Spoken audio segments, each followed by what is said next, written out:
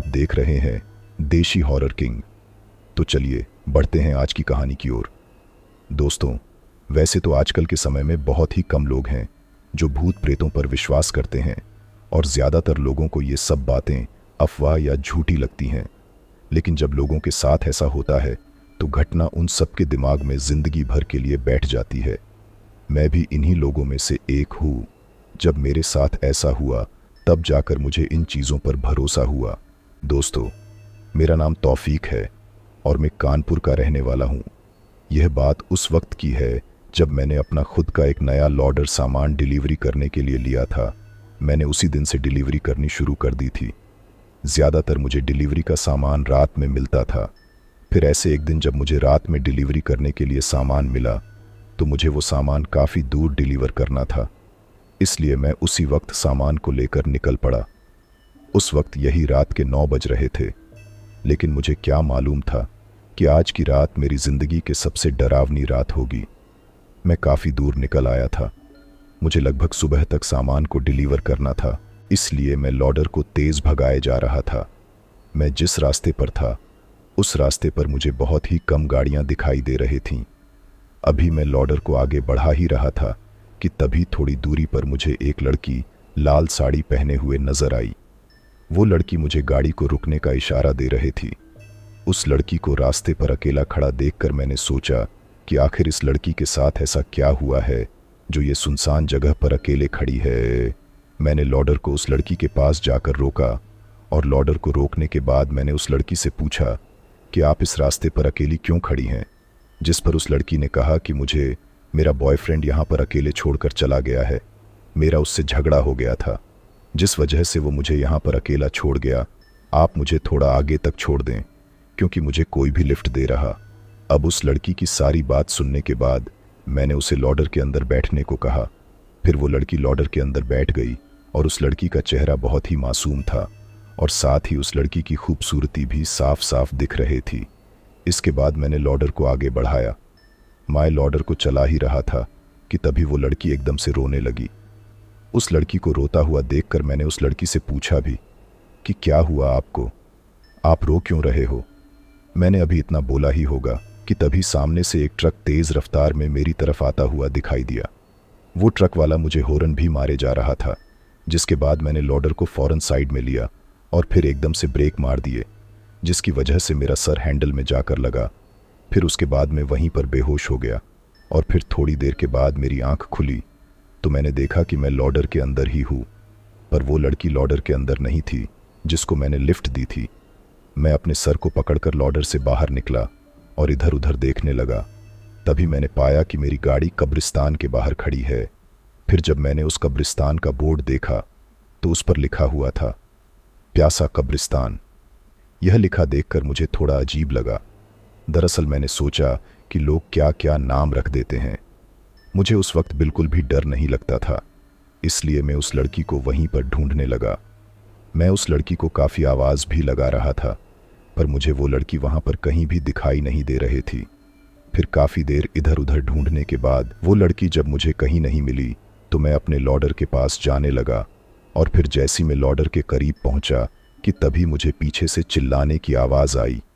उस आवाज़ को मैंने जैसे सुना तो मैं फ़ौरन पीछे पलटा और फिर जब मैंने देखा तो मैंने पाया कि 2 लड़के उस लड़की को पकड़कर कब्रिस्तान के अंदर लेकर जा रहे थे। उस लड़की को जैसे मैंने देखा तो मेरी समझ में नहीं आया कि आखिर ये लड़की उन लड़कों के पास कैसे पहुंची। अभी मैं उस लड़की की तरफ देख ही रहा था कि तभी वो लड़की मुझे मदद के लिए पुकारने लगी। उस लड़की के पुकारते ही मैं सीधा उस लड़की के पास जाने लगा। अभी मैंने अपना पहला कदम बढ़ाया ही होगा कि तभी पता नहीं किसी ने पीछे से मेरे सर पर कोई भारी चीज़ मारी, जिस वजह से मैं नीचे गिरकर बेहोश हो गया। और फिर जब मेरी आंखें खुली तो मैंने अपने आप को कब्रिस्तान के अंदर पाया। मेरा सर अभी काफ़ी भारी हो रखा था। मैं अपने सर को पकड़कर उठा और उस कब्रिस्तान के चारों तरफ देखने लगा। मुझे उस कब्रिस्तान में अभी भी कोई भी नज़र नहीं आ रहा था। मैंने उस लड़की को आवाज़ लगाई, मगर वो लड़की मुझे वहाँ पर कहीं भी दिखाई नहीं दी। और जब वो लड़की मुझे कहीं भी दिखाई नहीं दी तो मैं वहाँ से बाहर की तरफ जाने लगा। मैं अभी बाहर ही जा रहा था कि तभी अचानक से किसी ने मेरे कंधे पर अपना हाथ रखा। अपने कंधे पर किसी का हाथ रखते जब मैंने पीछे मुड़कर देखा तो मैंने पाया कि मेरे पीछे वही दो लड़के खड़े थे जो उस लड़की को कब्रिस्तान के अंदर लेकर जा रहे थे। उन लोगों को सामने देखते मैंने उनसे कहा कि अरे वो लड़की कहाँ पर है। मेरे इतना बोलते ही वो दोनों मुझे पकड़कर लेकर जाने लगे। तो उस वक्त मेरी कुछ भी समझ में नहीं आ रहा था कि वो लोग मुझे कहाँ पर लेकर जा रहे हैं। मैंने उनसे पूछा भी, मगर मेरे कहने पर भी उन लोगों ने मुझे कुछ नहीं बताया और इसी के चलते वो लोग मुझे कब्र के पास ले गए और फिर मेरे हाथ पैरों को पकड़कर मुझे वहीं की एक कब्र के अंदर डाल दिया और साथ ही वह कब्र बंद कर दी। उस वक्त मैं बहुत ही चीखता चिल्लाता रहा कि मुझे छोड़ दो, मगर जब तक उन लोगों ने मुझे उस कब्र के अंदर नहीं डाला तब तक उन्हें शांति नहीं मिली। फिर वो लोग मुझे कब्र में बंद करने के बाद वहां से चले गए। उस कब्र के अंदर मेरा दम घुटने लगा था। मैंने उस कब्र को अंदर से खोलने की बहुत कोशिश की, लेकिन फिर भी वो कब्र मुझसे नहीं खुली। मैं कब्र से ही काफ़ी आवाज़ लगा रहा था ताकि वो लोग मुझे बाहर निकाल दें, लेकिन ये सोचने का मेरा कोई फ़ायदा नहीं था, क्योंकि अगर उन्हें मुझे निकालना होता तो वह मुझे कब्र में बंद क्यों करते। मैं अभी यही सोच रहा था कि तभी अचानक से वो कब्र खुल गई। उस कब्र को खुलता देख मेरी जान में जान आई और उसके बाद मैं सीधा उस कब्र से बाहर निकलकर तेज़ी से भागने लगा। मैं अभी उस कब्रिस्तान के दरवाजे पर पहुंचने वाला था कि तभी मेरे सामने वही लड़की और उसके साथ में दो लड़के मेरे सामने आकर खड़े हो गए। उन लोगों को सामने देखकर मैं बहुत घबरा गया, मगर ताज्जुब की बात तो ये थी कि वह लड़की उन लड़कों से मिली हुई थी। मुझे कहीं ना कहीं यह लगने लगा था कि कहीं लड़की जानबूझकर मुझे यहाँ पर लेकर तो नहीं आई है। अभी मेरे मन में यही सब सवाल चल रहे थे, लेकिन फिर अचानक से उन लोगों के चेहरे अपने आप बदलने लगे और साथ ही उन लोगों का शरीर भी, वो लोग बहुत ही भयानक हो चुके थे। उन लोगों को ऐसी हालत में देखकर मुझे बिल्कुल भी विश्वास नहीं हो रहा था कि ये लोग भूत हैं। फिर इसी के चलते उस लड़की ने मेरी गर्दन पकड़कर ऊपर उठा दिया, जिसकी वजह से मेरी सांसें उखड़ने लगीं। उस वक्त मेरे गले से बिल्कुल भी आवाज़ नहीं निकल रही थी, लेकिन फिर उसके बाद उस लड़की ने मुझे नीचे उतार दिया। नीचे उतारते ही मेरी जान में जान आई। मेरा गला बहुत ही दर्द करने लगा था। तभी मैंने डरते हुए उन लोगों से कहा कि तुम लोग क्या चाहते हो? तुम लोग मुझे यहाँ पर क्यों लेकर आए हो? मैंने तुम्हारा क्या बिगाड़ा है?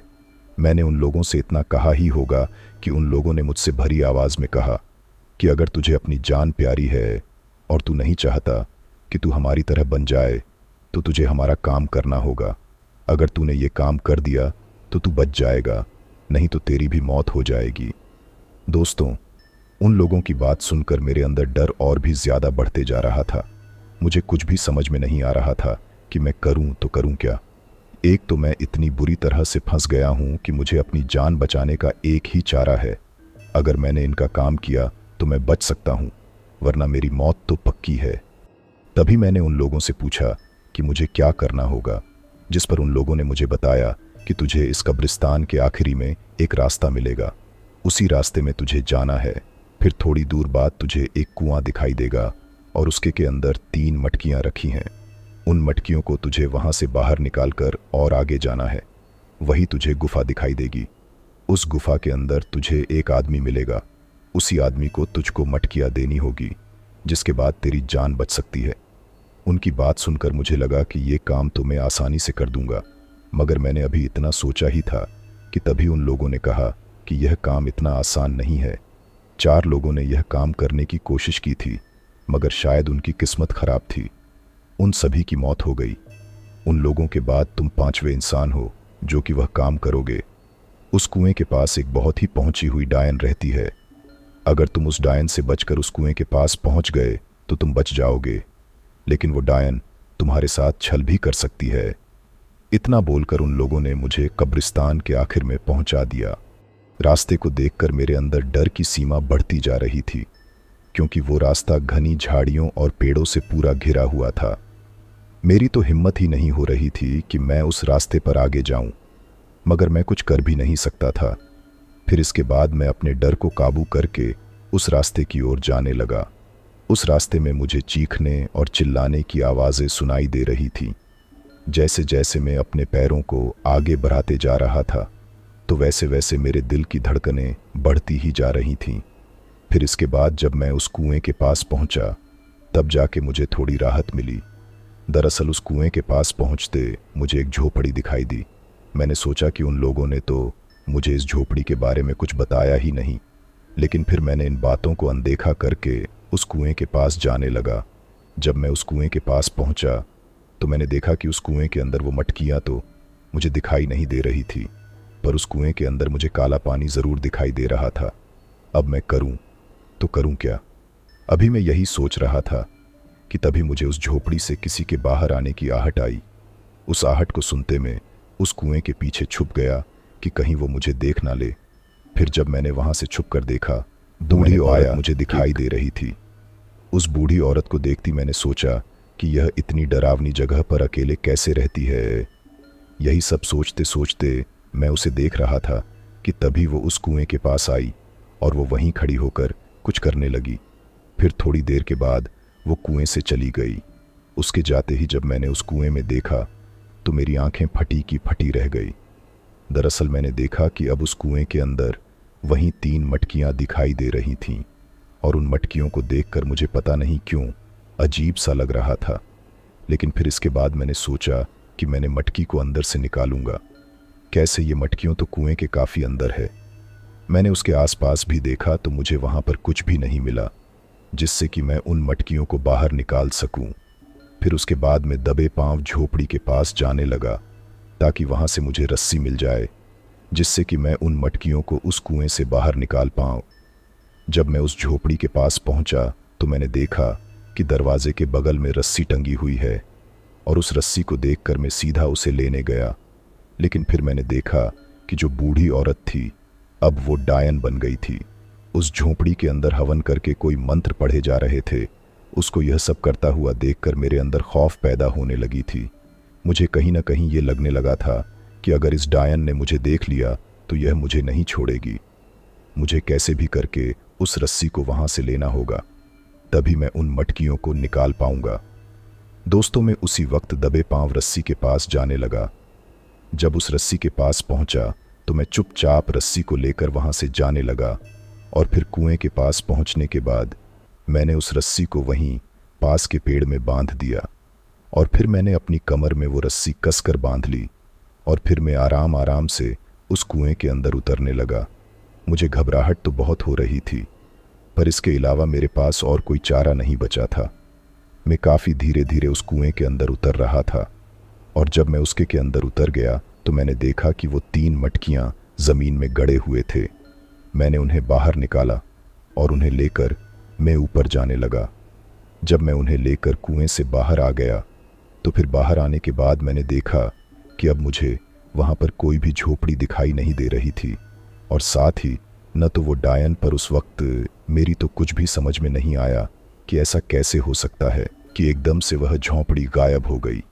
मैंने अपने चारों तरफ देखा मगर मुझे वो डायन कहीं भी दिखाई नहीं दी। मैंने यह सोचा कि इससे अच्छा मेरे लिए और क्या होगा कि वो डायन यहाँ से गायब हो चुकी है। अब मैं चुपचाप यहाँ से निकल जाता हूँ, वैसे भी मुझे डायन से बचना है। मैं वहाँ से जल्दी से भागने लगा और बिना पीछे देखे मैं आगे की तरफ भागता रहा। मैं वहाँ से काफ़ी दूर आ गया था। उस वक्त मैं समझ गया कि अब तो मैं बच जाऊँगा क्योंकि मैं उस डायन से बचकर यहाँ तक पहुँच गया हूँ। फिर इसके बाद मैं उस गुफा को ढूंढने लगा ताकि मुझे वह गुफा जल्दी मिल जाए, जिसके बाद मैं इस जगह से निकल जाऊं। मैं उस गुफा को वहां पर ढूंढता रहा मगर वो गुफा मुझे कहीं भी दिखाई नहीं दे रही थी। फिर इसके बाद मैं थक हार के वहीं पर एक पत्थर के पास बैठ गया क्योंकि मैं इतनी तेज भागते जो आया था। अब मेरी सांसें उखड़ने लगी थीं। लेकिन फिर अचानक ही वो पत्थर एकदम से हिलने लगा और उस पत्थर को हिलता देखकर मैं उस पत्थर से दूर हट गया। जैसे ही मैं दूर हटा तो मैंने देखा कि वो पत्थर वहां से हट गया है और उसके हटते मैंने पाया कि मेरे सामने गुफा थी। उस गुफा को देखकर मुझे अब अपनी जिंदगी दिखाई दे रही थी। उस गुफा को देखते हुए फौरन ही उस गुफा के अंदर जाने लगा। जब मैं उस गुफा के पास पहुंचा तो वह गुफा मुझे बहुत ही डरावनी दिख रही थी। उस गुफा के अंदर जाने से पहले मेरे पैर कांपने लगे थे। फिर मैं अपनी हिम्मत को बढ़ाते हुए उस गुफा के अंदर गया। जब मैं उस गुफा के अंदर पहुंचा तो मैंने देखा कि उस गुफा के अंदर एक आदमी बैठा हुआ था, और उस आदमी को वहां पर बैठा देख मैं समझ गया कि ये तो वही आदमी है जिसका उन लोगों ने जिक्र किया था। मैं आदमी के पास गया और मैंने उस आदमी से कहा कि ये लो वो 3 मटकियां। उस आदमी ने जैसी मेरी आवाज़ सुनी तो वो मेरी तरफ पलटा, पर उस आदमी को देखकर मुझे ज़्यादा डर नहीं लगा, क्योंकि वो आदमी ज़्यादा डरावना नहीं लग रहा था। फिर उस आदमी ने मुझसे ये कहा कि पर तुम उस डायन को वहीं छोड़कर आए हो ना। उसकी यह बात मुझे थोड़ा अजीब लगा। मैंने कहा कि वो डायन तो गायब हो गई थी। जिस पर उस आदमी ने उन 3 मटकियों में से एक मटकी को खोला तो मैंने देखा कि उस मटकी के अंदर वहीं डायन बैठी हुई है। उस डायन को देखते मैं फिर से घबराने लगा। मैंने तो यह सोचा था कि उस डायन से मेरा पीछा छूट चुका है, मगर ये तो इस मटकी के अंदर बैठी हुई थी। उस डायन को देखते ही मैं फिर से घबराने लगा। उस आदमी ने जैसे मटकी के अंदर उस डायन को देखा तो वो जोर से चिल्लाया और कहा भागो, और वो ये कहते वो यहाँ से भाग गया। उस आदमी के भागने के बाद मैंने उस मटकी को ढक दिया और उसे कसकर पकड़ा रहा। वो डायन उसमें से निकलने की पूरी कोशिश कर रही थी, पर उस मटकी को पकड़ते पकड़ते मेरे हाथ में बहुत दर्द करने लगा था। वो डायन काफ़ी जोर लगा रही थी मटकी से बाहर निकलने के लिए, पर मैं उस मटकी को लेकर बाहर की ओर जाने लगा ताकि कहीं दूर फेंक दूं। फिर मैं उस गुफा से भागते भागते एक नदी के पास पहुंच गया, और नदी को देखते ही मेरे दिमाग में कुछ भी नहीं सूझा, और फिर इसके बाद उस मटकी को उस नदी के अंदर फेंक दिया। जैसे ही मैंने उस मटकी को नदी के अंदर फेंका कि तभी मुझे एक ज़ोरदार चीख सुनाई दी। उसके बाद मैं वहाँ से भागने लगा, लेकिन जैसी मैं वहाँ से काफ़ी दूर निकल आया कि तभी मेरा पैर एक पत्थर से लगा और मैं वहीं पर नीचे गिर गया। और फिर जब मैं नीचे गिरा तो मेरे सर में चोट आ गई, मगर मैं फिर भी नहीं रुका। मैं सीधा भागता रहा। जब मैं उस कब्रिस्तान में नहीं पहुंचा तो मुझे वहां पर कोई भी दिखाई नहीं दिया। फिर मैं अपने लॉडर के पास गया और मैंने उसे स्टार्ट किया और वहां से तुरंत निकल गया। लेकिन दोस्तों, उस दिन के बाद मेरी हालत बहुत ही ख़राब हो गई। आज भी मैं मरी हुई हालत में जी रहा हूँ। मैं कब मर जाऊँ इसका कुछ भी नहीं पता, मगर आप लोग ऐसी गलती कभी मत करना। मुझे पता है कि आप मेरी बात पर विश्वास नहीं करोगे, लेकिन इससे आपको सीख ज़रूर मिलेगी। तो दोस्तों, इस कहानी में बस इतना है। फिर मिलते हैं एक और ऐसे ही कहानी के साथ। तब तक अपना ख्याल रखिए।